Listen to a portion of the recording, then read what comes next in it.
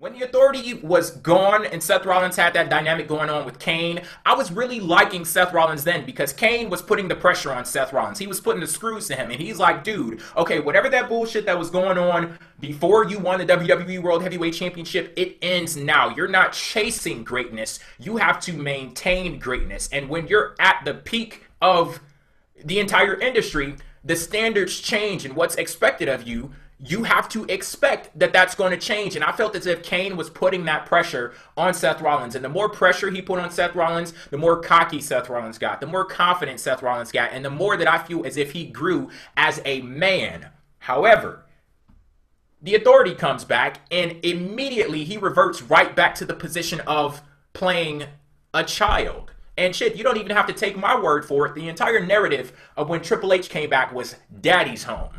If Triple H is the daddy, somebody's got to play the child. And who is that playing the child? The WWE World Heavyweight Champion. And he got to a point where he just seemed so bratty. He just seemed as if he was like a little kid throwing a damn tantrum. And as great as Triple H and Stephanie are, I don't have to explain this to you guys. My number one favorite wrestler of all time, and also, you know, Triple H is there too. But their presence is so gigantic that they leave people in their shadow, kind of. So it's kind of hard for someone to shine and spread their wings to their greatest capacity when they are around. And ever since they came back, the dynamic with Seth Rollins has changed, and I have to say, I'm not liking it at all. So I'm selling the entire hell out of Seth Rollins as champion. But, he has been booked as the typical chicken shit cookie cutter type of heel, and that's something that he wasn't being booked as before, as Jay was mentioning. Yes. That is where it has been so hard to buy this like I normally would. Do I buy the fact that Seth Rollins is world champion? Yes, but you know, the championship run itself hasn't been exactly great. But one thing I thought that was really well implemented on Raw was kind of the acknowledgement of that. It was almost like they just flat out acknowledged it, and Rollins saying, I don't need any of you guys. I need to prove that I'm really the champion. Like, it's almost like the child matured a little bit on Raw and was trying to say, but will that actually happen? I'm not saying that. No, but see, here's the thing. At that point, I believe it's like too far gone. That wasn't a child maturing. That was a child stomping and going to his room and slamming his door. That's what Seth Rollins moving out of the parents' house at like 32. No, not even moving. Like, no, that's he slammed the door, jumped in his bed, and did like this. Oh, okay. That's what that was on Raw. And then Danny Tanner's got to come upstairs and calm him down. Okay. 90s sitcom references all day long. Anyway, so yeah, the title run hasn't been extraordinary. It's been all right. Again, I'm not going to say it's been terrible, because I don't think it has. It's just okay to me. So for the buy or sell, it's kind of one of those things where you're standing in line. I know you're going to say that if I don't say buy or sell. Yes. But I'm standing in line, and you know, I'm a little hungry, so I'll probably end up, I'm not going to, I don't want to buy it. It's like, put it on layaway, damn it. I don't really know. I kind of want to say buy or sell when it's over.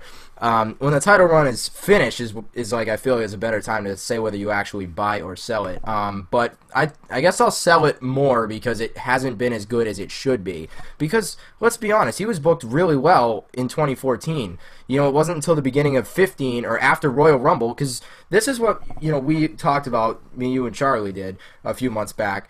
The beginning of 2015 Royal Rumble, he's in the world title match, and he felt like he belonged in that title match. Not just because he was great talent-wise, but because he had been booked in a way that made you feel like he belonged in that world title match. And it was not too long after that that things started to go the other way. And I'm not saying that you can't be booked as the chicken shit type of heel, but we see it more than enough. And Seth Rollins wasn't exactly the chicken shit type of heel. He was an intelligent type of heel, where he actually would outsmart people. That's the whole architect thing, right? Well, I haven't seen a whole lot of architectural things from Seth Rollins lately. And then that line that he used, I play this human game of chess better than anyone. Love that line. But right now, you're not playing chess. You're not even playing checkers. You're playing Connect Four. And guess what? Ouch. You lost on the bottom row. Whew. Cold. So yeah, I'm selling the hell out of this. And You're being too harsh on it. No, I'm not. Not at all. Yes, you are. How am I being too harsh? Who's more important, Roman Reigns, Brock Lesnar, Seth Rollins? Seth Rollins is easily the least important of all three of those people. So if you have to throw somebody under, to prove my point or what? Because if you need to throw somebody under the bus and give them the title when you have plans for the other two, you can throw Seth Rollins right under the bus. I don't care.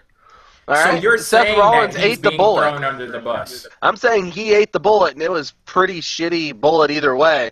But now at least Brock Lesnar and Roman Reigns didn't have to carry that title because it would have hurt both of them. So you're saying that Seth Rollins sacrificed for the greater good, and that I should give him points based off of that. Little Sidney Carlton moment there. See, I can make references too.